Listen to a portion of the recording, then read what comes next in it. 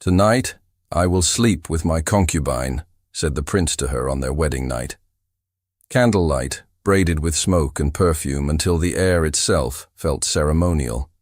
The palace shone as if polished by 1,000 hands and 2 centuries of expectation. The mirrors did not just reflect, they multiplied judgment. Every glance seemed to have a twin across the gallery. Every whisper found a corridor to slip down and return sharpened. Meline kept her spine straight and her breathing silent. The lace at her throat scratched like a nettle and smelled faintly of starch. She could feel a faint tremor in her knees that she would not let show. They had taught her the steps, the bows, the angles of the head, the measured smile that did not reveal uneven teeth or country nerves. She executed each as if she had practiced them all her life. The prince stood beside her like a portrait that had come to life. He wore control the way other men wore velvet. His gaze scanned the room as if it were a ledger he alone could calculate. When he looked at her, it was a glance, a courtesy, not a question, not an invitation. She returned the look with the poise of a woman who had learned to carry heavy baskets in silence at the same time. Latin rose and fell like sea swell from the chapel, spilled out into the galleries, and was caught in the folds of brocade. The priest's voice blurred into the scrape of chair legs and the creak of a fan. A ring slid over her knuckle, cool as coin. Fingers brushed. His skin was warm and dry.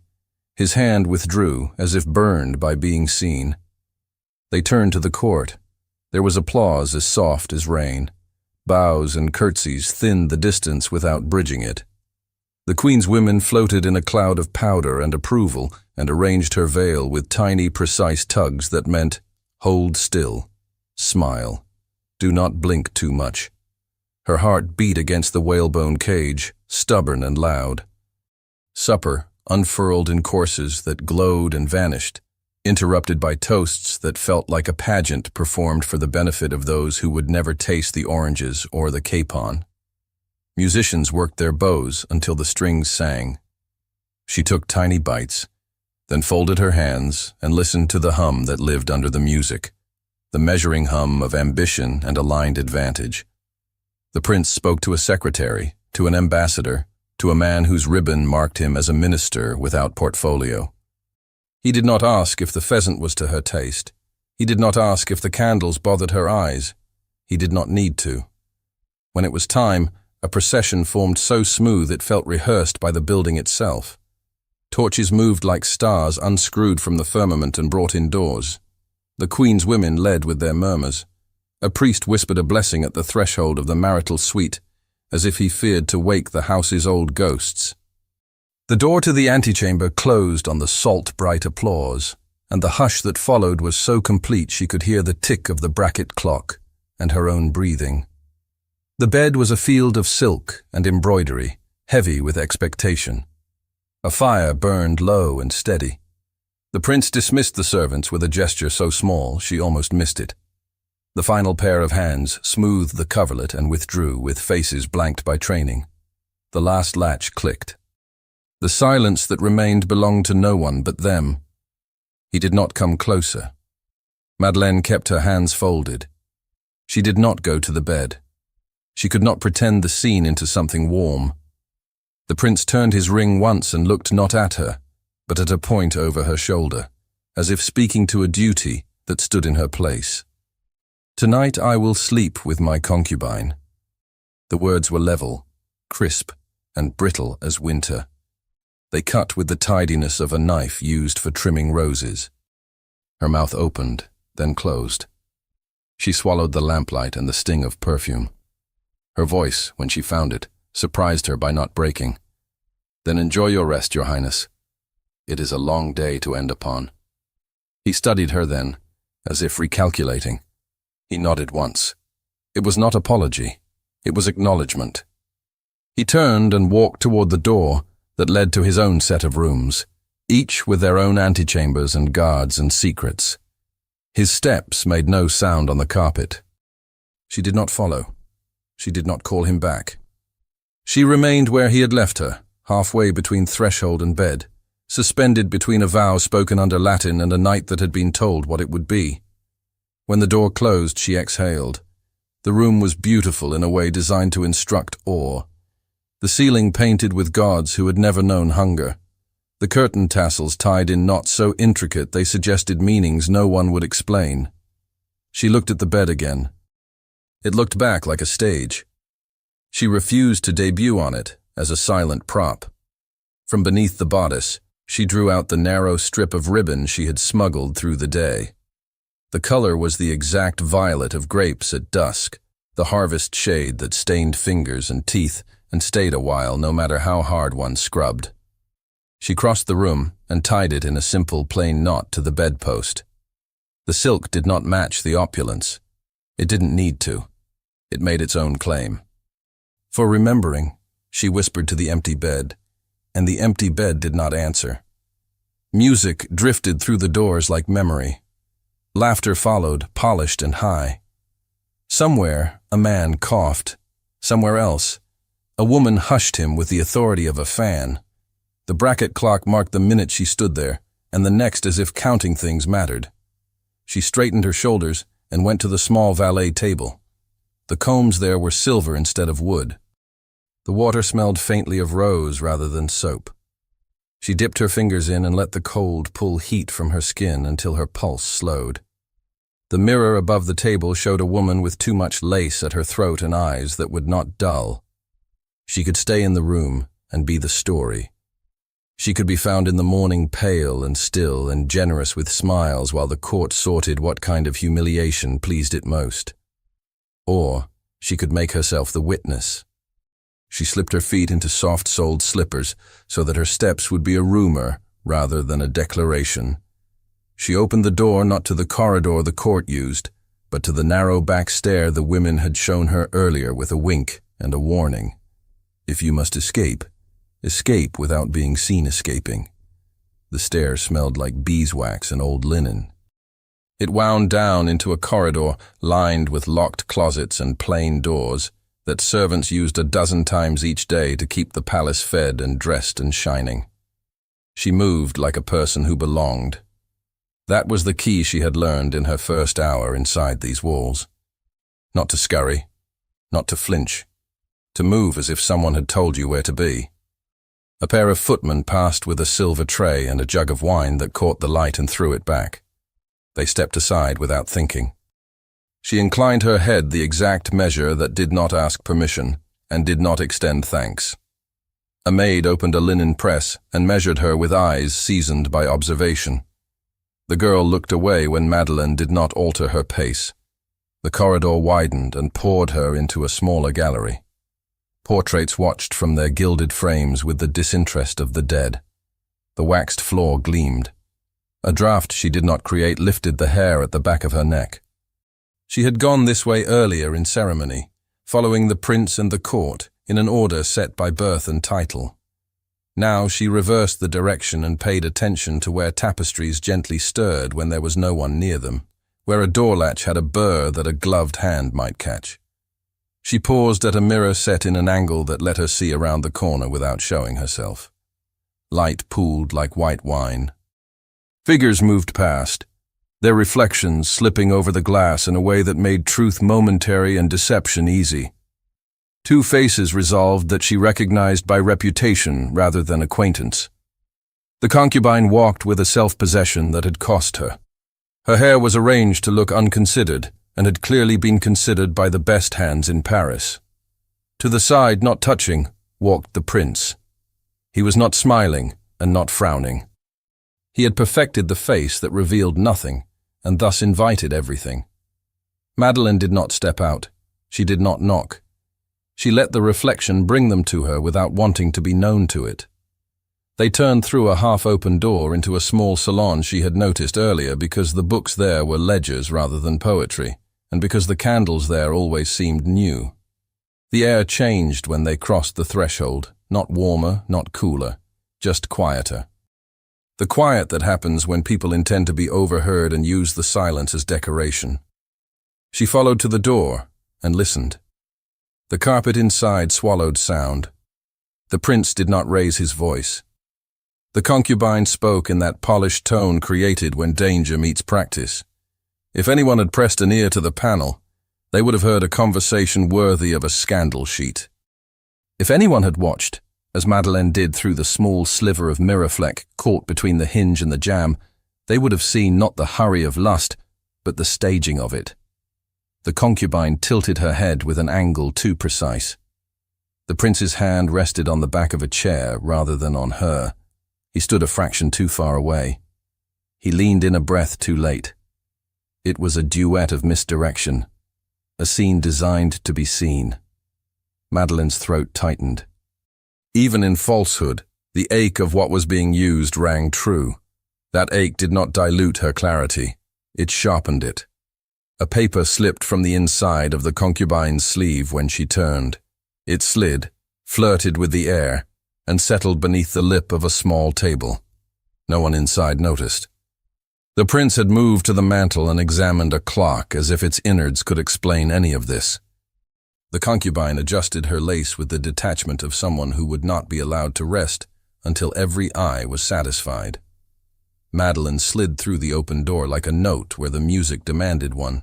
She bent, her hand closing over the paper, her body a screen between her theft and the people whose actions had created the opportunity. The sheet was smooth, thick, the kind used for accounts that mattered. A broken wafer of wax clung to one corner. The impressed mark was not the great seal that certified treaties. It was a secondary device she had seen on orders that arranged household and city business, the kind that never made it into painted records and always made their way into lives. She did not unfold it there. She tucked it into the inside of her bodice, where the heat of her skin could soften the wax and make the sheet curve to her. Her heart knocked against it, as if trying to read what was written through touch alone. Her gaze moved once more to the players beyond. The concubine had shifted, and for a heartbeat their eyes met. Not in the mirror, not in the lag of glass, but directly. A flicker, a question, a tiny recognition of another woman standing well within the circle of danger. The concubine's lashes lowered by a fraction that could be mistake or flattery or warning. The prince's hand moved to the edge of the mantel and stilled in a way that suggested he had noticed the shift in air, but not its cause. Madeleine withdrew as she had entered. Not a flinch, not a stumble. She reached the corridor with the same deliberate pace with which she had crossing the gallery after the Latin vows. Once there, she leaned briefly against the chill of the stone. It steadied her, like vines tied to a trellis against wind. The paper warmed against her skin. She did not allow herself to run. Running would ruin everything. Running would announce she had something to run with. She retraced her steps toward the small back stair that would spill her into the safer anonymity of the antechamber. She would hide the paper, tie her ribbon tighter, and think with the door locked. She would do that. The plan felt clean in her mind. It held. She stepped into the little passage that opened onto the salon again, but which led, if she turned right and not left, toward the servant door she had used before. The hallway there was not empty. The air tightened in a different way, the way a music room's air tightens when a bow pauses above a string. Footsteps approached. Not the scuff of tired feet, not the rush of a messenger. Measured steps, certain as a metronome. Someone accustomed to rooms open as a right. Someone who had never asked permission to enter any door in this house. The hair along her arms rose in a prickly wave. Her fingers folded into her skirt, pressing the fabric to keep them from reaching instinctively over her heart to check the paper. She lifted her chin and set her shoulders, and became the new princess again in all the armor that title provided. Armor could be tailored. Armor could be walked in. The handle of the private salon began to turn. Lamplight shifted under the door in a bright blade. The sound of the latch releasing was very small and very final. Madeleine stepped back once, aligning herself with the shadow of the paneling so that if the eye swept, it would sweep over what it expected to see. The door swung inward. The door swung inward. A chamberlain stepped through with the ease of a man who belonged to every room. He carried a ledger, a snuffer, and the scent of wax. His gaze swept the salon and did not pause where a princess might have stood if she wished to be admired. "Your Highness," he said, because form required it. "Do you desire fresh candles?" Meline let the shadow of the paneling continue its work. She tipped her head by a hair. "The candles will do." He inclined without curiosity, crossed to a sconce, and pinched a flame to coax it brighter. The light rose obediently. He adjusted a chair by an inch, the way a man does when order is his faith, then withdrew with a soft click of the tongue to summon the footman outside. The door settled back into its frame. The private world inside resumed its pretense. She did not look toward the pair beyond the mantel. She did not give the chamberlain a reason to look again. She slipped along the wall, found the narrow door that led to the service corridor, and claimed it without haste. The passage smelled of soap and long hours. Her heart beat against the sheet hidden at her breast. She felt the pressure of wax against a rib, softening with her heat, taking the shape of her. Footsteps ahead. 2 scullions, with a tray of empty glasses. One boy glanced up, saw a silk hem and a steady face, and threw himself flat against the wall to give her room without knowing he did. She nodded once. She heard her mother's voice from another life. "Walk as though you were carrying a full pail and the road owed you." She walked like that. The servant's stare spiraled up and deposited her into an antechamber she recognized by the pattern of its carpet and the angle of its window. The sky beyond had shifted from black to a paler ink. She slipped inside her rooms, closed the door with her hand on the latch to dull the sound, and stood still until her breathing matched the clock. The bed's post waited with its knot of violet. She went to the dressing table instead. From the bottom of her jewel coffer, empty of jewels, she lifted a folded kerchief and slid the sheet beneath it. She pressed the lid closed and tested the hinge twice, as if a hinge could promise to keep a secret. She did not sleep. She lay on top of the covers and watched the light raising its veil in the window until the patterns on the rug learned to be themselves again. Somewhere above, a door creaked, and a woman's laugh leaked through, then died, as laughter does at dawn. A knock sounded before the day could be named. The Queen's women entered with their gentle authority. The one with the narrow eyes eyed the bed and the ribbon and said nothing. They brought warm water and a tray with a heel of bread and a small porcelain cup. The bread tasted of yeast and duty. The cup contained a cordial that pretended to be kindness and was, in fact, instruction. "Today begins with lessons, Your Highness," said the senior tutor, a woman whose fans were more eloquent than her mouth. "We will save you from embarrassment." "Or present me with the proper kind," Meline said, "because humor could be armor if used precisely." A fan snapped shut, not unkindly. "We shall teach you how to make your enemies drown in their own politeness." Meline proceeded to drown in it herself for an hour. She learned again the geometry of curtsies, how to turn without showing the heel, how to receive praise you did not believe without letting the disbelief show. She was drilled on the names of men who expected to be remembered and those who ought to be forgotten while pretending otherwise. What does one do if a gentleman of lower birth refuses to bow sufficient to your rank? She measured her answer.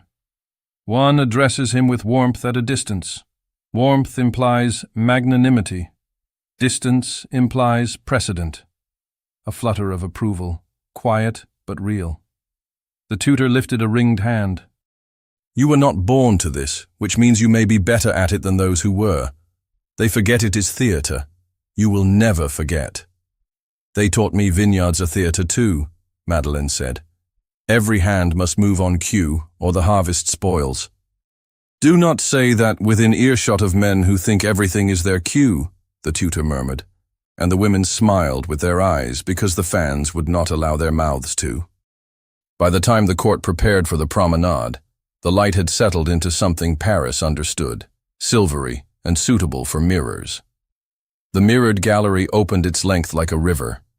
Courtiers stood along it in precise clusters that looked like spontaneity. The Queen's women steered Meline to the correct point on the bank. Face after face approached, offered pleasantries trimmed to the edge of insult, and receded. She responded with grace, organized like a ledger, what to spend, what to save. She moved a pace or two, then stopped to admire a tapestry that depicted vines so green they almost smeared the eye. The threads made grapes look easy to pluck. The prince entered the gallery at the far end, shoulders squared, expression in place. The air changed the way a room's air changes when a window opens. He moved through the necessary greetings with the elegance of a man who had had to become the role to survive it. A step to the left to receive an ambassador, a nod to a marshal of the court. He arrived beside her with the neat inevitability of tide. "Your Highness," he said, without turning his head. "You have not tripped yet." "Not all obstacles are on the floor," she replied, eyes on the tapestry. "Some are framed and hung at eye level." A small, almost hidden breath that might have been a laugh if laughing were permissible. "You have endured your mourning." "I made no enemies," she said. "Or rather, I made none today who were not already determined to exist. That is an accomplishment here. And you?" She let her gaze rise to the mirror, where his face and hers existed side by side, not touching. "Have you accomplished anything this morning besides being seen?" "I have been informed of 5 matters and decided none," he said, "which means the day is normal." She considered the reflection of that answer. "Then perhaps we are both ahead of expectation." He inclined his head. The movement was slight enough to be deniable. "Do not be alone when the gallery empties." "Because of gossip," she said, as if naming the weather. "Because of drafts," he said, and strode away, leaving behind a warning that could be read several ways. The concubine drifted into view like a ship whose sails know the wind better than the captain does. She did not look at Meline directly. She turned her face to an arrangement of flowers, as if flowers could be learned by rote, and murmured to a lady-in-waiting, something that made 2 fans lift in tandem. The woman's profile was a study in poise provoked by necessity. Meline felt heat gather in her throat and then recede. Like a blush, she managed to convince back into the skin. She nodded to a man of minor title who smiled at her with his teeth while his eyes offered sympathy as unrisky as rain behind glass. She swallowed the sympathy and moved on. When the promenade ended, she did not go to her rooms. She went to the library. The hour sat between day and evening long enough for the room to hold both. Light slanted across long tables and made dust motes look holy. The librarian had vanished in search of a key, or a story, or a family to feed. She chose a corner where the shelves half protected her, and drew the coffered kerchief from her sleeve. The sheet slid out with a sigh that felt too loud. She smoothed it with her palm and studied the hand. The numerals were precise and narrow, the flourishes disciplined. The spacing suggested a mind that distrusted ornament unless it argued for itself. She pulled a ledger from the nearest table to anchor the page. Household deliveries recorded in a tidy clerk's hand, names of merchants, dates, quantities. She scanned columns until a sequence recurred that matched the rhythm on her sheet. Not numbers corresponding to numbers, numbers corresponding to letters, if one knew where to look. The initial letter of each entry, the day number counted 3 by 3, the trailing tally's last digit stepped like a dancer counting to 8. She tried the first line with the ledger as her key. The numbers yielded a letter, then another.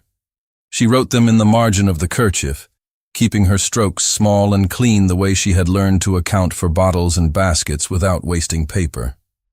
A draft purred at her neck. She turned and saw a seam where there had never been a seam before. Shelves did not align with the edge of the wall as they ought. A thin line of shadow suggested space beyond. The hidden panel breathed again, chill and secret. She remained where she was and listened. Nothing. No scuff. No whisper. The building exhaled and held. A rustle at the far end of the room, then the soft jingle of keys. A junior clerk entered, dusty and earnest, like a boy come to measure himself against different men's work. He nodded when he saw her rank, even as he tried to be invisible. "Your Highness," he said from a respectful distance. "May I assist?" "You already are," she said, and let her fingers rest on the ledger's spine. "This was the one I needed." He started to bow, caught himself, then bowed anyway as if the body could not help telling the truth. "There are other ledgers with the same hand, if that pleases you." "Not yet," she said. "For now, this one is enough." He touched the spine of a different book and pulled it halfway free, then returned it, as if to prove he belonged without pretending he owned. "Call if you wish the candles lit." "I will." When he left, the library absorbed the sound of his retreat. Meline returned to the page and the pattern. The letters now made sense. A name began to surface in the margin like a watermark rising through paper. It did not belong to the prince. It did not belong to any of the gilded ornaments who spoke too much in the gallery. It belonged to the one man in the palace whose power was not borrowed. The first minister. She touched the margin where the name had completed itself and let the knowledge fix under her skin. Her stomach tightened, and the sensation was not fear, not precisely. It was a tension concentrated to a point. She copied the letters again, smaller, certain, so that if anyone else read her little notes, they would have to know what to seek. Dusk settled deeper. The library's windows reflected more room than sky. She gathered the sheet, the kerchief, and the understanding she had just made, folded them into her sleeve, and stood. The chapel waited down a corridor and around a turning where footsteps sounded different, because the floor there was old stone instead of timber. She stepped into that quiet and felt how sound falls differently where prayer is the primary labor. A single servant kneeled by the side door and stood quickly when she entered, bowing himself into the lintel with a glance that begged absolution for existing. She gave him a smile as thin as a ribbon, and he vanished. Candles on iron spikes cast small suns that made shadows long. She chose a pew near the side, where a pillar could hide the movement of her hands. She spread the sheet and placed next to it a psalter, left by someone with notes in a tidy Latin script. Numbers to letters. Letters to syllables, syllables to the shape of policy and the path of influence.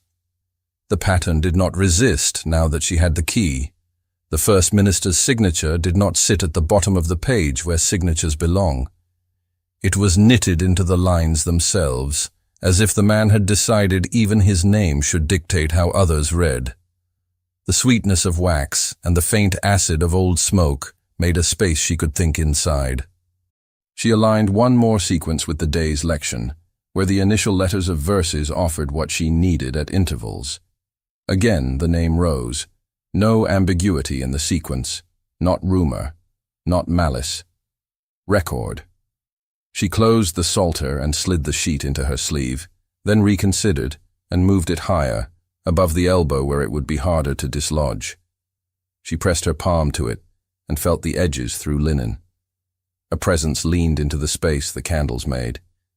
She sensed it before she heard it, the subtle change in air when another breath takes its share, the weight of a gaze that knows its weight. A shadow grew long across the flagstone and reached the edge of the pew where her hand rested, flattening her knuckles in pale light. She did not look up at once. She gathered the kerchief, smoothed it, and slipped it into the bodice. Her pulse was quick, but not wild. She set the psalter back in its place, as a woman would who had finished praying and now intended to leave with a quiet heart. A gloved hand settled on the rail, not quite touching hers. "You read too well, Your Highness." "You read too well, Your Highness." Etienne had not meant to speak, not at first. He had followed the draft that slid from the chapel like a thread, and it had led him to her.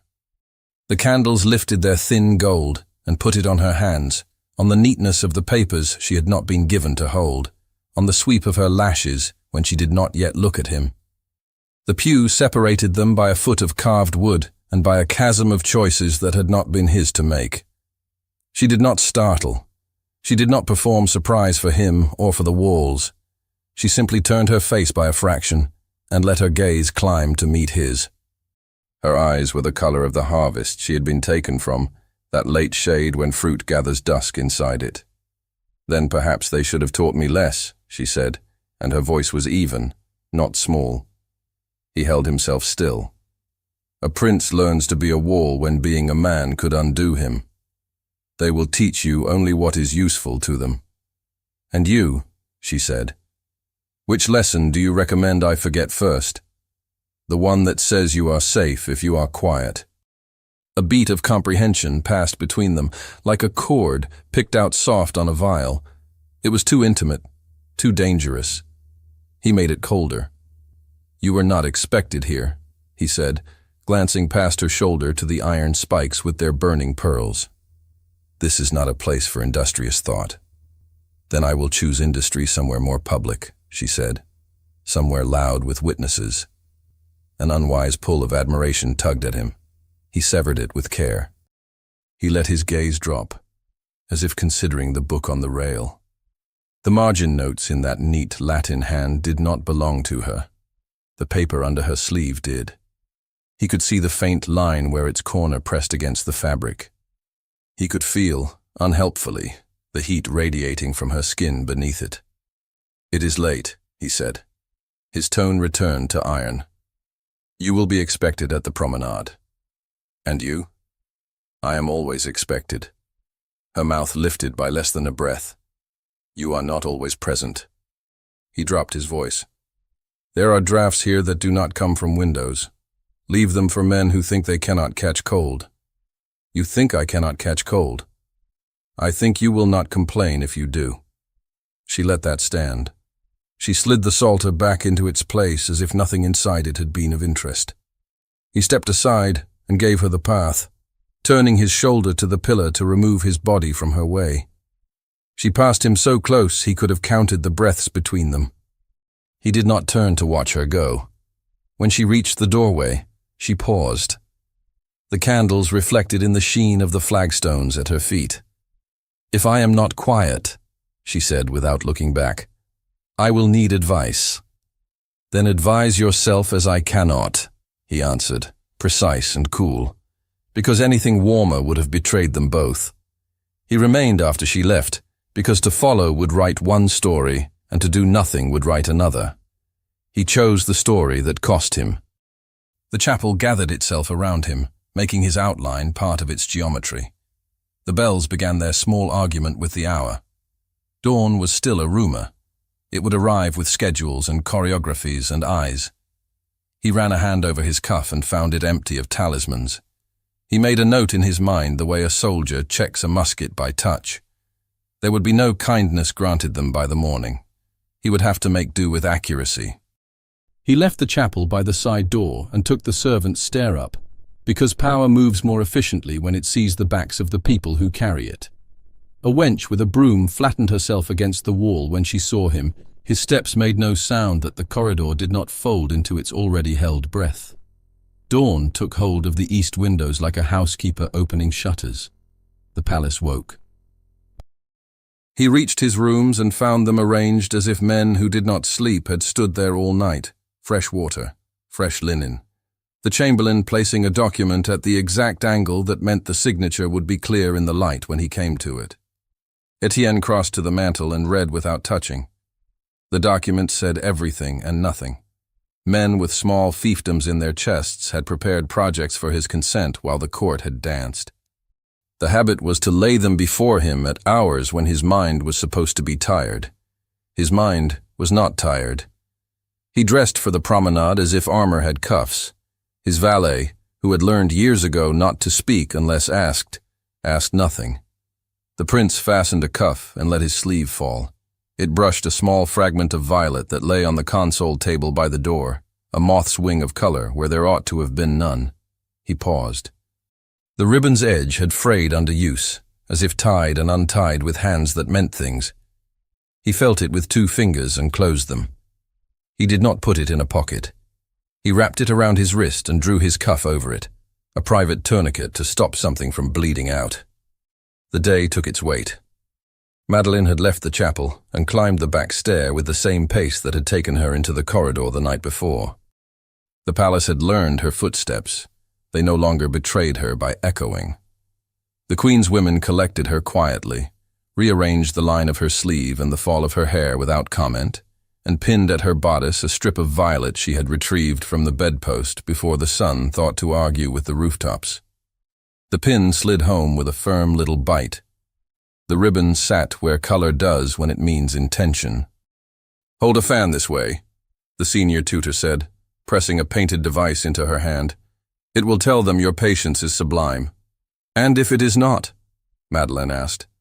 "Then they will suppose it is and punish themselves later for having been fooled." She breathed, counted, stepped into the mirrored gallery at the appointed moment. The court had an appetite for mornings when there had been a wedding the day before. It came hungry, carrying cups and judgments, and found both to hand. A string of courtiers approached her with compliments that grazed. She let them. The tribunal never slept. It only changed its shoes. She felt the ribbon where it lay, a thread of field stitched to a dress that did not know dirt. She let her gaze travel in the mirrors and caught at the far edge the receding line of a sleeve she recognized.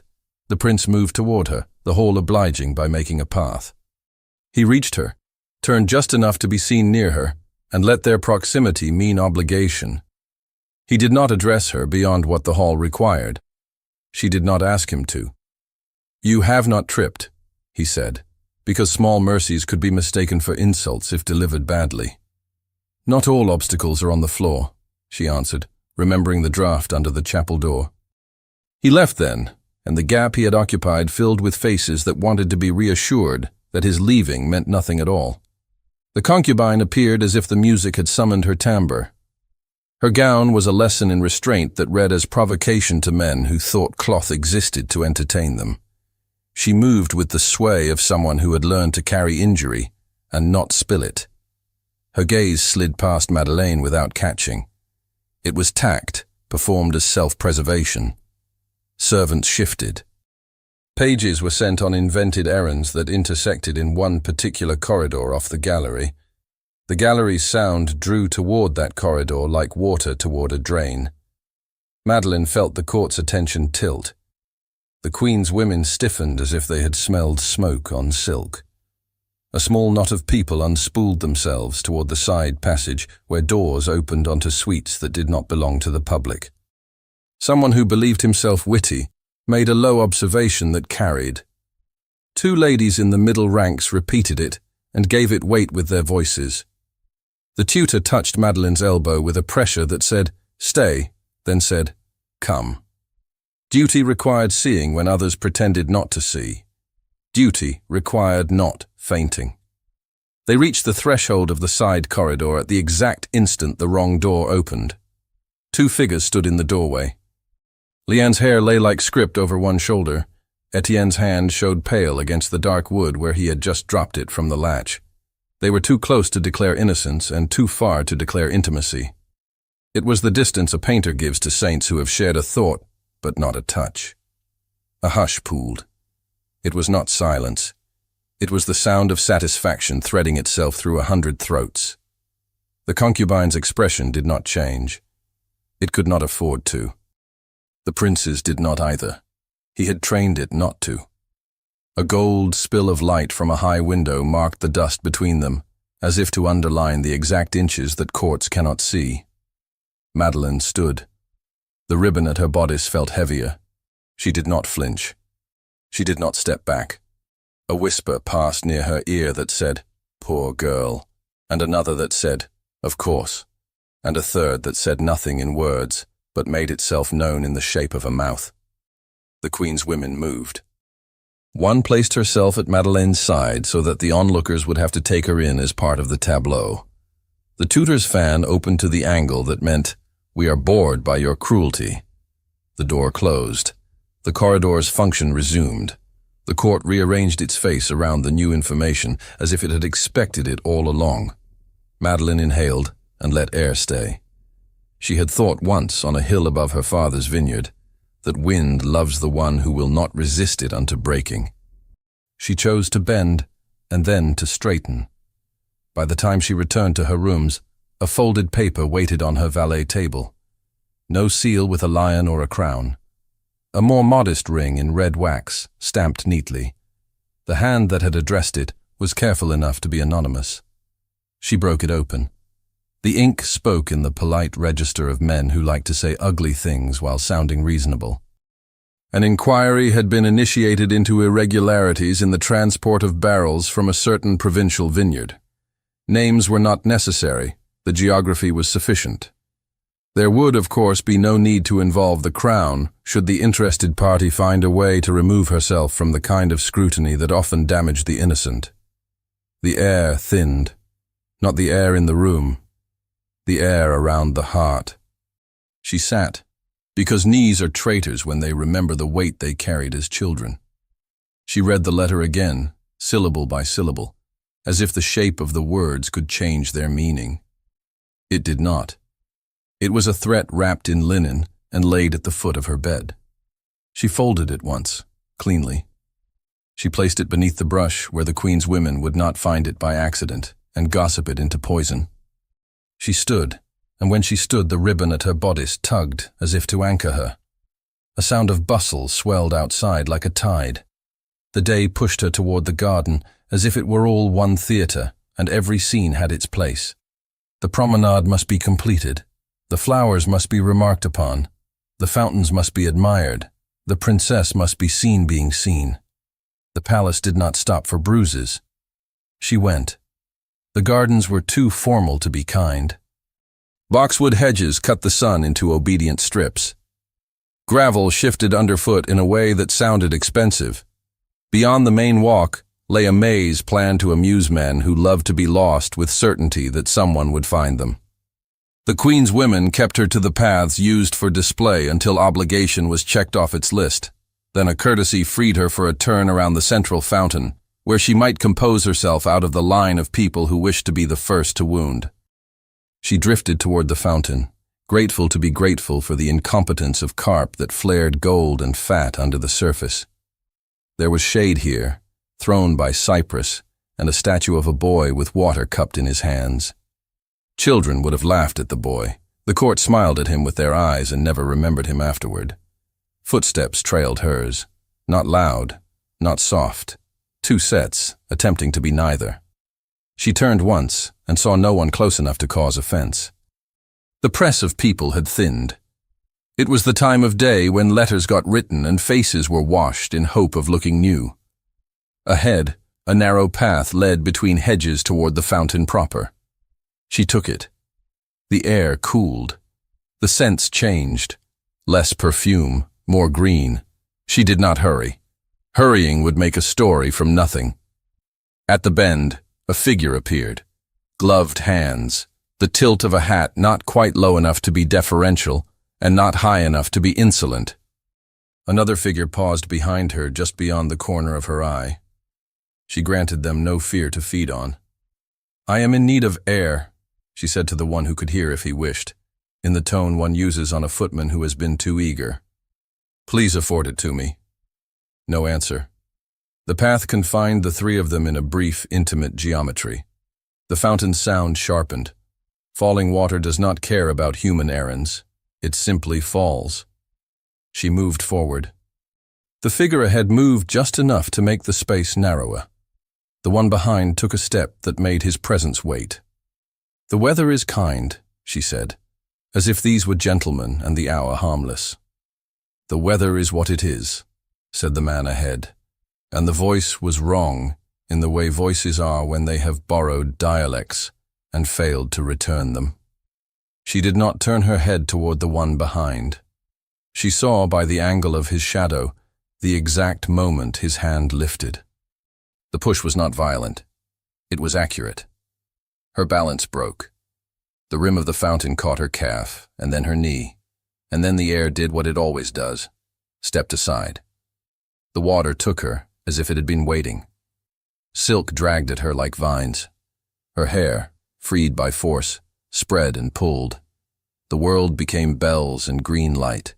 She kicked and met weight, kicked again and met nothing. The lungs, those traitors when one most needs them, burned with a controlled, expanding pain. Her hand flew to her sleeve, to the place where the paper lay. It had already slid, sneaking toward her wrist. She caught it by a corner, then lost it. It loosened and moved away from her, a pale rectangle turning like a leaf. It drifted toward the grate that kept carp from escaping and secrets from returning. She tried for the surface.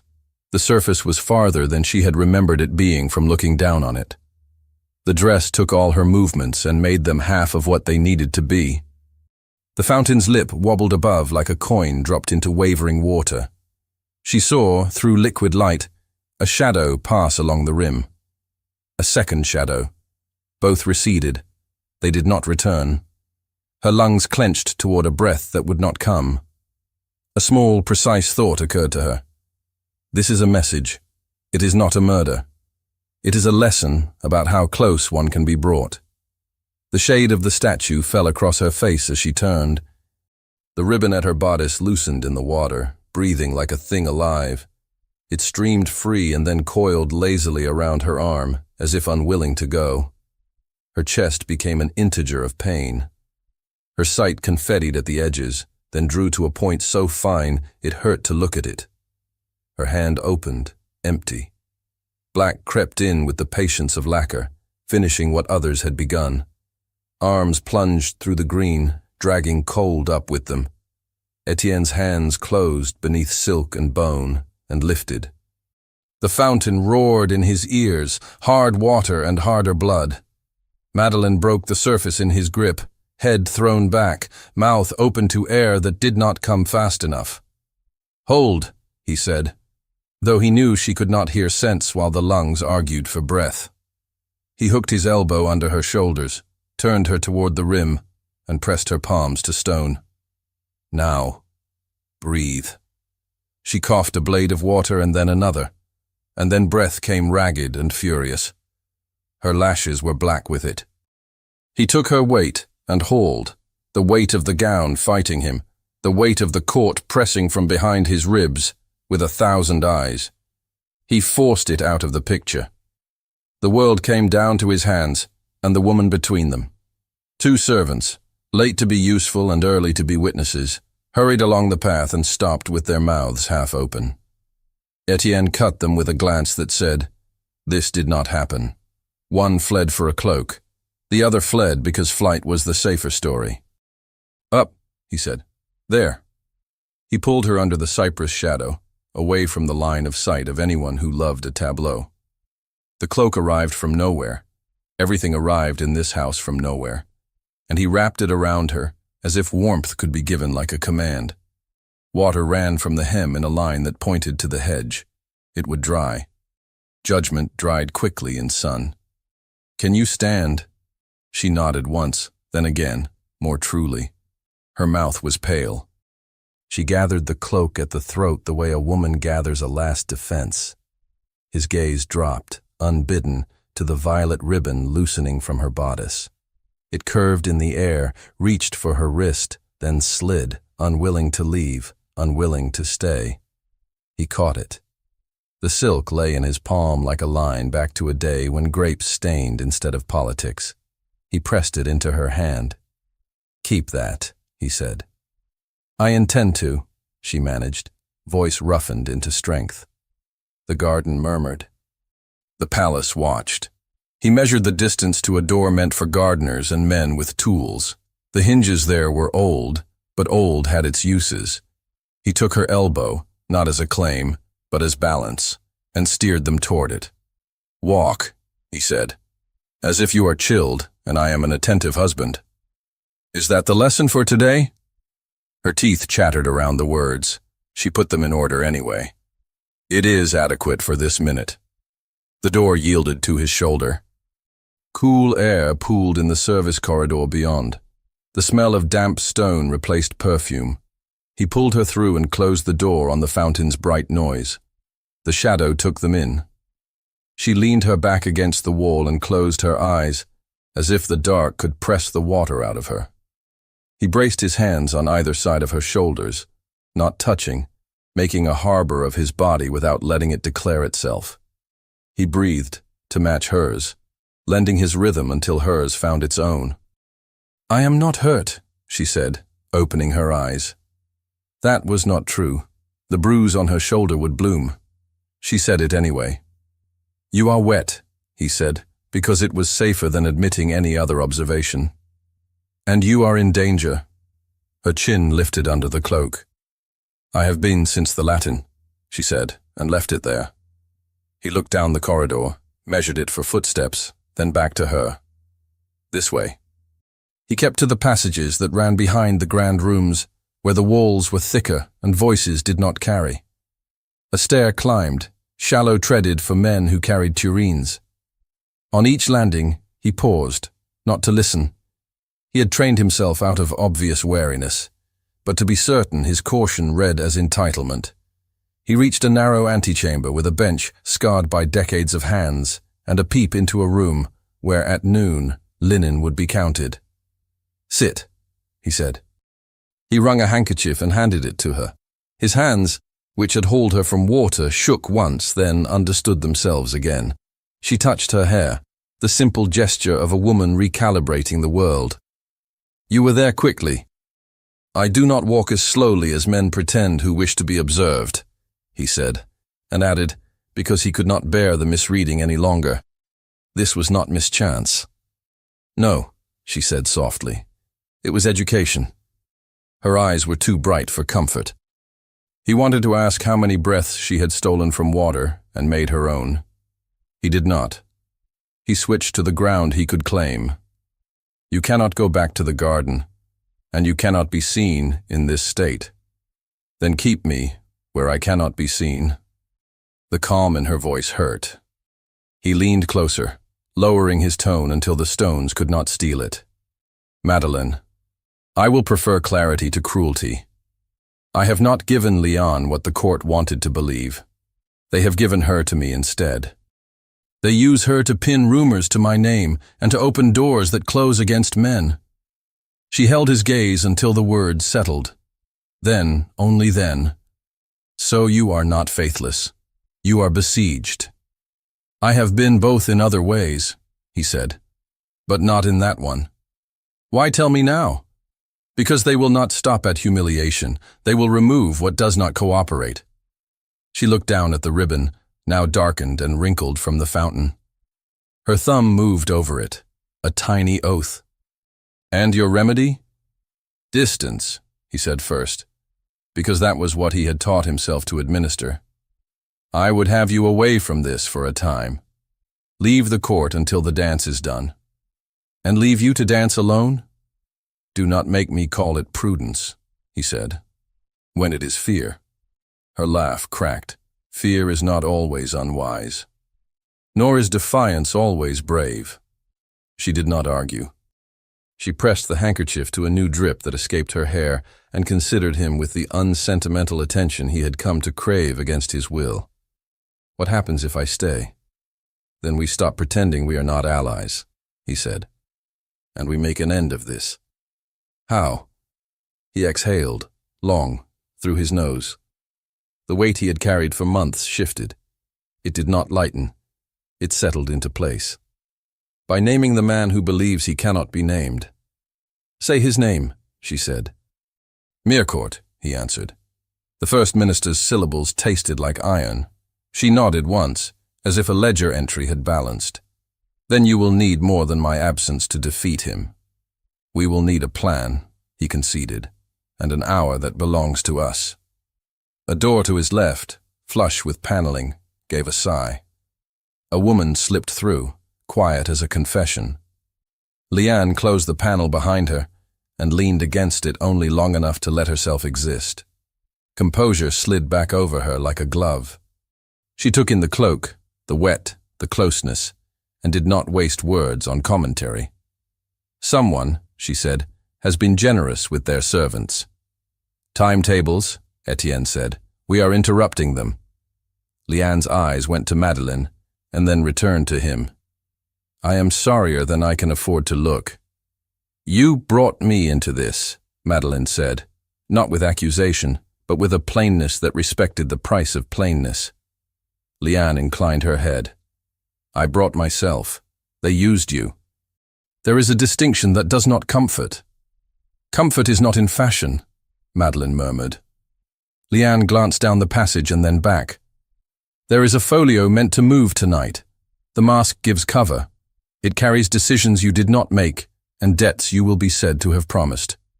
If it moves, the next month arranges itself against you. Who holds it? Etienne asked. An aide you would recognize if I named him, she said, and did not. Names had ears. He will walk at the second hour, between the musician's pause and the queen's second entrance. Etienne's mind sorted the angles, the places where men stood by habit, the habit of a court to watch what it is told to watch and miss what moves under its own feet. He did not need to ask for proof. Proof breathed between them in different forms, the wet cloak, the ribbon, the pressure of a hand at a woman's shoulder that left no visible mark and every possible message. He looked to Meline. You decoded what you found. I did. The affirmation was simple. The pattern starts inside public words. It thinks itself clever. It is only consistent. Liane's mouth softened, one heartbeat. He will underestimate you for as long as you permit it. Madeleine lifted her chin. Then let us decide how long that will be. They crowded the bench between them with purpose. Etienne leaned his shoulder to the wall and spoke in a voice that would not wake a sleeping servant on the other side. In the mask we have move and counter-move. We need witness, loud witness. We need proof ordinary eyes can follow. Decryption, Meline said, laid out in short, honest steps. I can do that. I can show them how the name appears without knowing I have taught them. And the ledger, Liane added, touching her sleeve where paper had a way of hiding. I can mark the places, the hands, the hours. Not with names, with the pattern itself. Where? Etienne asked. Near the musicians, Liane said. They command attention without asking. A dais there becomes a pulpit if one uses it. You will be near the aides, he said, and take from him what he hopes to carry. Or cause him to hesitate, she countered. Hesitation is its own confession if you know how to listen. Meline looked between them. And the queen? She must be present, Etienne said. And she must act not for me, but for the crown. It is the only move he cannot argue. Will she? She will if we leave her no honorable path else, he said. She is a mother when she can be, a sovereign when she must. Silence held for a beat, then two. It was not hesitation. It was the counting before a leap. Meline drew the cloak tighter and tilted her head in a gesture he had learned meant she was taking pain into herself and using it for fuel. One thing more, she said. A letter came to my rooms. It implies my father has been careless with barrels and laws. Of course it did, Liane said under her breath, all empathy hidden inside derision. Etienne's jaw hardened. We will answer with order, not panic. How? Meline asked, not because she doubted, but because she needed chain and link. There is a man whose duty it is to carry papers and not invent them, Etienne said. He will place in the right hands what proves the vineyard's orderliness, not at court, in the city office where ink must answer to paper. You trust him? I trust the system that feeds him, he said. It hungers for accurate records. Then send him, she said, and let me send a bruise. He looked at the place on her shoulder where fabric darkened. A physician, he said, quietly. One who can count without adding, Liane said. Etienne stepped to the small door and signaled with a rap that meant message, not emergency. A young man appeared and gave his attention, as if it had been trained to stand and hold. Etienne spoke softly. The man bowed, took the folded letter and a second folded page taken from a drawer hidden in the paneling, and vanished into the artery of the palace that leads to the city's honest desks. Another messenger went for the physician. He arrived with a box that smelled of herbs and linen. He did not ask questions that would turn into stories. He looked at the shadow forming on Madeline's shoulder, touched it with fingers that apologized without words, and wrote what he saw in the small hand of his craft. He bound the shoulder lightly and left as he had come, absorbed by stone. Thank you, Meline said to the heir he left behind. We will have proof, Etienne said, more to himself than her. Every move accounted. She stood. Water no longer fell from her hem. It lay heavy, but she moved as if weight could be used. "I will not leave," she said, putting an end to that conversation in a way that avoided triumph. "I will stand where I must, and speak, and not shake." He did not pretend to be pleased. He did not scold. He reached for the ribbon in her hand, and before his mind could instruct otherwise, wound it once around his wrist and once around hers, binding them with a knot no bigger than a thumbnail. He held it for one breath. "Together, then," he said. "Together," she echoed, and the words settled like gravity. He released the ribbon and returned it to her palms, closing her fingers over it. Leanne watched with the careful gaze of a woman who had not been offered belonging in a long time and knew to look away when it might look like hunger. "Tonight," Leanne said, regaining the cold edge that kept her safe, "I will stand where I am expected to stand and move when you do. At the second hour." Etienne nodded. "If you are blocked, I will falter," she said, understanding him perfectly, "and in faltering, draw more eyes than purpose could." He almost smiled. It was not a kindness, it was respect. "We will make their vigilance useful." The hours narrowed toward evening. They did not stop. They did not skip. Men carried candles and replaced them. Women called for fresh laces. Music sought its tuning in a room far away and got it. The palace tightened itself into ritual. Madeleine changed with the help of hands that had learned to button without gossiping. She chose green, not loud, not meek, the particular shade of leaves when they have drunk enough rain. Her hair was arranged to look like thoughtfulness rather than opera. The bruise hid under fabric. A small thunder kept close.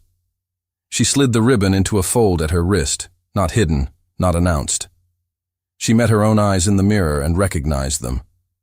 Etienne dressed for the masque with precision that had nothing to do with vanity. He chose simplicity where others chose excess, because simplicity made men underestimate. He matched no one's colors and thus matched the room. He secured under his cuff the thread of violet. It rested against his pulse and kept count with it. He did not send word to the queen. There were too many ears in every word. He would give her evidence in a place where audience prevented the usual reshaping of truth. Leanne prepared at a dressing table that had seen too many versions of patience. She selected jewels that suggested favor without promising it. She drew breath until breath did not tremble. She lifted her chin at herself and practiced saying nothing in a way that would communicate volumes. Her eyes warmed when she allowed them to, then cooled again. She practiced both. In the passage behind the ballroom, the three of them converged not by design, but by necessity. The wall shook faintly with the testing of drums on the other side. A drift of scent, orange peel, beeswax, stretched velvet, the faint sharpness of wine, reached them through the seams where 100 candles breathed. A footman passed, saw what he had not been trained to see, and kept moving because men like him live longer that way. Etienne looked at Madeleine and found in her what he had told himself not to seek. Not compliance, not defiance. A quality like steadiness at sea. He met Leanne's eyes and gave her, without words, the promise she had asked for. Not to be left. Not to be used without guard. She inclined, imperceptible, and took her place beside the panel that would let her slip into the edges of the crowd. "Ready?" he asked, not because readiness changes fate, but because saying it makes choice clearer. "Yes," Madeleine said. "As I will be," Leanne said. He reached for the ribbon. For one heartbeat, he tied it again around his wrist and hers, the knot precise, the gesture private and as public as the images in mirrors. He undid it and tucked it back into her sleeve, with a care that set heat to moving in the coldest parts of him. They turned toward the door. The music on the other side swelled, a tide that had been promised and had arrived to claim the room. They stepped forward together into the light and sound of the masque. Music broke over them like light. Madeleine entered the ballroom with the mask in her hand rather than on her face. The room approved of the choice. It thought it had seen every kind of boldness and did not yet understand this kind. Candles lifted along the walls in double ranks. Silk rasped as bodies turned. The heads of violins tilted like birds. She felt the heat of the crowd lift to meet her skin. She kept her step unhurried, the pace of a woman who had been schooled to be observed and had chosen when to begin the lesson. The dais near the musicians rose half a foot from the floor, not high enough to be a throne, high enough to be a signal. She reached it as the players broke their piece for the customary interval. The sudden hush rippled outward. People in masks and feathers and jewels turned their heads because humans are built to look where sound has just stopped. She set the paper on the stand reserved for musicians' notes. The sheet had dried into a new curve. The softened wax in the corner had taken her warmth and kept it. She set beside it the small ledger with the neat, anonymous hand and the careful columns. She rested her fingertips on both until their tremble remembered another use. A murmur pressed from the floor. "Your Highness," a musician ventured, bow arched in the air like a question. "Continue," she said, without looking away from the page. "You will need this pause." She drew a breath that did not tremble, and when she spoke, she pitched her voice to carry without shouting. The lesson hall had taught her how to fill a room without wanting it. "Ladies and gentlemen," she said, "you are excellent at paying attention when you are invited to watch." Laughter glittered and died. "You are less good at seeing what does not ask you," she continued. "This page did not ask to be seen. It asked to be hidden, which is how I knew it mattered." A ripple. Fans quivered. Masks adjusted, as if better to hear through them. She lifted the cipher page and held it high enough to be indiscreet, low enough to force the front ranks to lean closer. "This looks like numbers," she said. "It is not. That would be too honest. It is a way of saying a name while pretending to say nothing. It borrows what belongs to others. Letters at the start of lines, numbers meant for bread and wine, and rearranges them to serve itself." She turned a ledger so the nearest could see. "This book is the household's memory. Who brought oranges? Who delivered wood? Who was paid for lamp oil? It is the kind of book that tells the truth because lies make kitchens hungry." A murmur of recognition. A court knows the sound of kitchens, even if it never hears them. "When you take the first letter of each entry on the days marked here," she touched the cipher lightly, "and you count by threes, and you collect what you did not write, you make a name out of ordinary business. It thinks itself clever because it has hidden in plain accounts. Cleverness is often only presumption." She wrote on a scrap of clean paper, each letter neat and small, calling them into visibility where they could be read by any man with a face. She wrote the name they had not been allowed to say without perfume. Mirecourt. Silence took the room and held it. The first violin's hand dropped by reflex. The bow tip touched the floor like a curtsy to something it could not understand. Meline lifted the little strip with the letters to where the queen could see it from across the room without straining. "This pattern recurs," she said. "It recurs in this ledger and in others. In the psalter in the chapel margins. In the notations for audiences conducted off the hours when you like to be noticed. You accuse," a man breathed, not quite loudly enough to claim the courage of it. "I show," she said, and set the cipher and the ledger side by side. "You may accuse yourselves with what you see. A hissed intake of breath. A fan shut, a finger snapped, a whisper of fabric as bodies turned toward the places where power congregated. The Queen Mother's face had sharpened into the line she wore when the state required her, not the family. She lifted her hand without rising, and that small movement rearranged the room. "Bring it," she said to a page who looked younger than his livery. Meline did not carry the paper down. Her hands did not shake. She stood, and in standing, drew the center of the room to her, while the boy ran the short distance and presented the pages to the queen. The boy's steps sounded loud. The hall measured them. From the opposite quadrant, A man in a sober coat threaded the crowd, a velvet folio tucked under his arm. He moved at just the wrong speed to be innocent. He looked for gaps that were not there. He looked for the line of sight that could be interrupted. Etienne moved then, and the room remembered that it had been his since before he had been tall enough to look it in the eye. He cut across the floor as if it had been poured for him, folding the crowd open without touching anyone. He stepped directly into the path of the folio and stopped. No violence, no spectacle. Only the simple physics of a body that would not receive an impact and would not yield. "Your Excellency," the aide said, forgetting himself in his fluster and awarding the prince a lesser title. Her Majesty requires truth," Etienne said, voice low, words clean. "Not traffic." He put out his hand, palm up, a gesture older than any court in Europe. The folio did not move toward it. The aide's fingers tightened imperceptibly. The folio chose the wrong friend.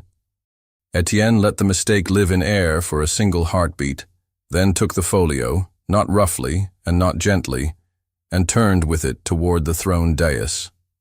The Queen Mother raised the cipher strip and the ledger sheet to the candlelight. She did not squint. She did not pretend to be confused. She traced the letters with a finger that had signed treaties and tucked blankets around fevers. She gave the papers to the man behind her with a glance that said, "You will compare this with what we have." He bent, eyes hungry not with scandal, but with relief that numbers might be asked to tell the truth. The First Minister stood 3 paces off, neither shrinking nor advancing. His face made its small adjustment into dignity under duress. It had been trained. It betrayed nothing. "Your Majesty," he said, when it was his time to speak. "The princess is young. The enthusiasm of the newly educated has uncovered your name in my ledgers," the Queen said, cutting neatly. "Which means those ledgers, which belong to me, have been used without me. It is innocent. It is systematic," she said. "Do not mistake my ears for yours." Liane moved along the edge of the crowd with the grace of a ship matching the current. She approached a point directly in the radius of the minister's aides, found the one who breathed as if the folio had been torn from his arm, and paused with her fan half open at the angle that meant, "Speak if you dare." He said nothing. His face said everything required. She stepped into the space below the dais and did what she had not done during an audience in months. She addressed the Queen without looking at the prince first. "Majesty," she said, "if the household's book is a memory, I bring a second memory to match it. Times of entry, times of exit, the places where hidden doors have been used for purposes not meant for them. The nights when the prince's name was spoken without his mouth. It does not tell you everything. It will tell you enough." "You will speak to this room?" the Queen asked. No softness, no hardness, only measure. "I will," Liane said, "if I may do it once and be done." "You may." Liane opened the small booklet she carried. The miniatures of script were spare and lovely, illegible at a distance to those who preferred their guilt in rumors. She read without haste. On the eve of the wedding, an entrance. Second hour, door behind the accounting room. A message carried with the auxiliary seal. On the night of St. Bernard, a meeting in the small salon with the purpose of being observed. On the Tuesday after, a note dropped purposely, to be seen by any who wished to put shame where it did not belong. A wave of discomfort, delicate as lace and sharp as wire, moved the crowd. Liane did not cover herself with apology. She stood inside what had been done to her and named what it demanded of the room. "The folio in question will contain endorsements made without consultation," she added. The signature line prepared for a hand that did not hold the quill. The spines of similar books marked with the same seal as that broken on the paper the princess found. The Queen looked from Liane to Etienne to Madeleine and back to the First Minister, as if balancing a table with 3 legs and one well-intentioned stone. Mirecourt inclined his head, the movement small. "Majesty, the appearance of impropriety is the harbor into which the guilty sail when their ship leaks," the Queen said. Her gaze cut to the guard captain, to the man who answered to the crown and not to fashion. Your sword is for silence tonight. Your hands are for paper. Collect what matches this hand. She lifted the cipher, her fingers steady. Secure the archive. No fire, no packing, no leaving. Anyone carrying a folio must show it to you. And send word to the prefect in the city that he is to receive a parcel regarding a vineyard. He will do his part with the documents provided. The guard captain saluted with his eyes. He did not move quickly. He moved correctly. And you, the queen said to Liane, without cruelty, without pity, you have been used. Leave this room with protection. Do not leave the palace until I say so. But know you will not be turned back at a gate when you go. Liane bowed, not deeply, with the dignity a woman has when she has salvaged her name for herself. She stepped back and folded herself into the shadow of the dais, where she would not be looked at unless she wished. The court, deprived of its favorite food, waited to see what would replace it. Etienne stood with the folio in his hand. He could have handed it up and stepped back into the neutral space a man uses when he intends to keep breathing without being cut. He did not step back. He turned instead and climbed the 2 steps to the queen's level. He did it without noise, but the room heard it. "Majesty," he said, "you have acted. I must as well." She angled her head. The line at her mouth softened by a degree. "You are late to the habit of confession." "I have been earlier to the habit of caution," he answered, "and I have learned its limits." 1,000 eyes leaned.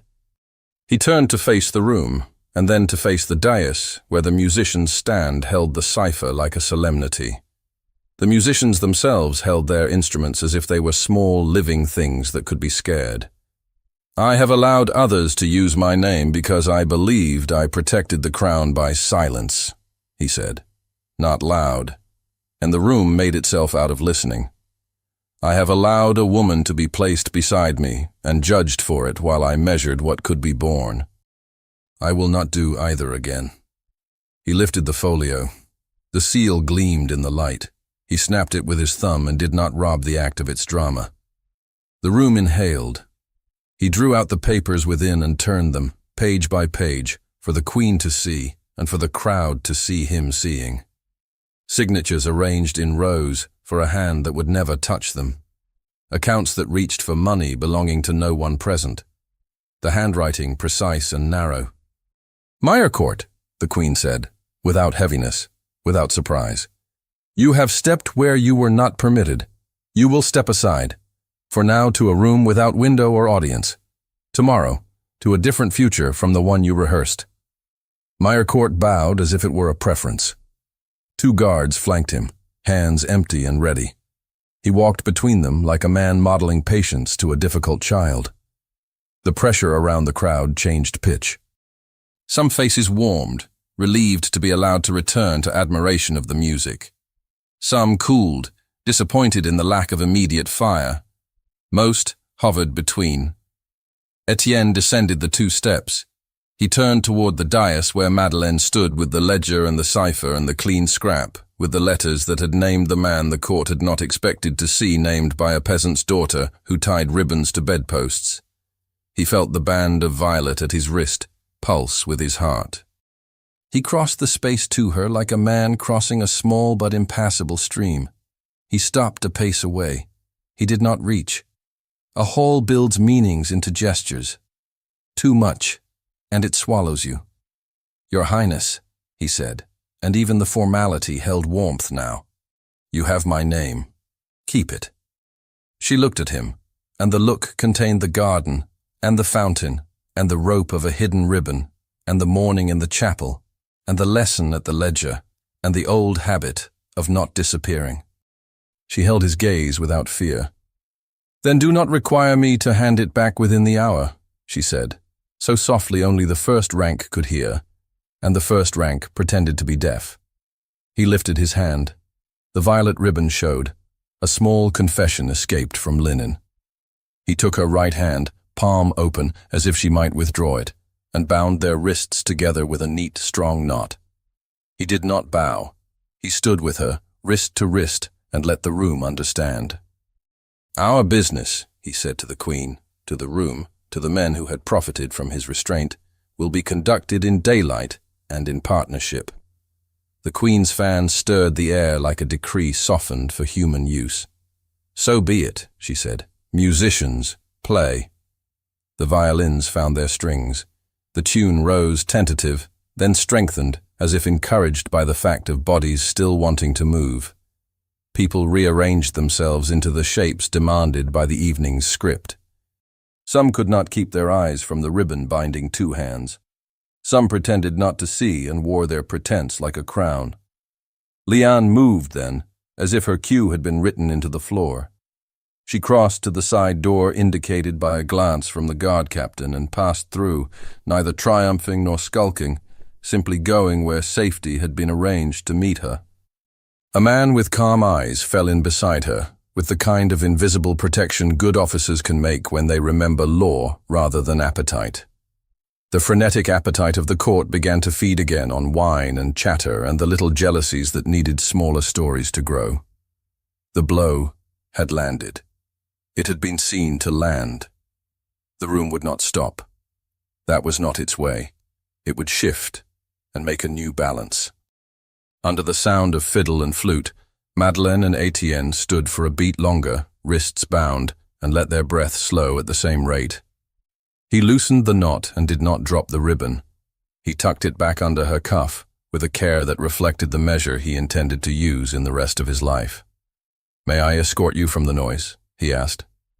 "Only if I am not mistaken for a conquest," she said. "You will be mistaken for instruction," he answered, "which will be new for them." They left the dais without flourish. The path to the orangery was a corridor of shadow threaded with music. A door opened for them, then closed, and the world narrowed to glass, citrus, and the smell of damp soil that has not been asked to be anything except itself. Heat lived in the room, a softer warmth than the ballroom's blaze. Lanterns lit the leaves from below. Oranges, not yet ripe, glowed with the meek promise of future sweetness. Vines traced the trellis along the southern wall, reaching for what they always reached for without impatience. A pieced wooden table held the detritus of gardeners' practical dreams: twine, shears, a cup with a chip, a heel of bread left by someone who had meant to return. Etienne set the folio there, away from water and knives. He looked around as if measuring where a man could put hunger down, and found no better place than where he stood. Madeleine stepped closer to the glass. Condensation made halos under her breath. "It smells like work in here," she said, not unkindly. "It does," he said. He came to stand beside her, not touching. "I should have brought you here first." "You brought me anyway," she said. "First is a matter of angle." He turned to her fully. The line of his body changed. The room, empty of eyes, did not require the old posture. "I am sorry," he said quietly, "for the sentence I chose last night instead of another." She let the words sit between them long enough to be true. "I know what you thought you prevented by saying it. I do not forgive myself for the form," he said, "but I ask you to let me choose another sentence now." "Choose well," she murmured. "I listen." "I do not want a wife who is quiet enough to leave me safe," he said. "I want a partner who will force me to be brave where I have been careful too long." Her breath hitched, small, almost incidental, and entirely new. She tilted her head, as if he had just offered her a cutting from a vine she meant to take and root. "And what do I get for the indignity of tutoring a prince?" "My name," he said. "My word. A house where the doors are not locked by your silence. And if I demand that you be known to me as a man, and not an heir, then you will have to suffer with me while I learn to come in from the edges," he said. "And I will suffer happily." She looked at his mouth and then at his eyes, and then at the ribbon that lay coiled like a question between them. "Teach me how not to be erased," she said. "I will," he said, meaning it. "And you will teach me how not to erase." They stood close enough for their breath to share a shape. The heat in the orangery did what heat does, reminded skin that it exists. He reached for the bread and broke it, the simple sacrament of any house not too proud to admit hunger. He handed her a piece and took one and ate and did not rush. He uncorked the small bottle that had been left for mourning men and poured wine the color of last autumn's sunset into cups that did not match. She drank. It tasted like home to her, and like promise to him. She wiped a crumb from her lip with her thumb, and saw his eyes follow the movement, and felt her own flush answer without shame. "You are staring," she said softly. "I am catching up," he said. "Do you intend that to sound like flattery?" "Yes," he said, with that sudden dryness that made his humor feel like a door he opened for only a few. "And like warning." She set her cup down carefully. "If you intend to warn me of yourself, you are late." He set his beside it. He lifted his hand toward her face and paused an inch away. "I will always stop if you ask me to," he said. "I know," she said, and covered the last inch herself. The kiss was not a conquest. It was not a ceremony. It was an answer. It gathered what had been frayed and knotted it, not tight, but secure. The warmth of the room and the cool of the glass and the human heat of breath and the clean taste of wine and bread braided themselves into a thing that did not require an audience. He drew back just enough to see her properly, as if the old habit of distance had been given a new job. She slid the ribbon from her wrist and looped it over both their hands, not binding, resting. He looked down at the violet and back up at the woman who had brought it here from a field that had no use for palaces. "What does it mean now?" he asked. "That when they say my name, they will have to say yours," she said. "And when they use your name, they will have to think of mine. And when they try to shame you, they will have to shame me," he said, "which they will find inconvenient. Which is why we will make them busy with other matters," she said. They laughed, quiet but real. A bee blundered against the glass and found its way up to the vent and out, as if to prove escape was not always a fantasy. Beyond the panes, a grey seam formed along the roof lines. Dawn rehearsed at the horizon, undecided, then committed. They sat at the table with the gardener's things.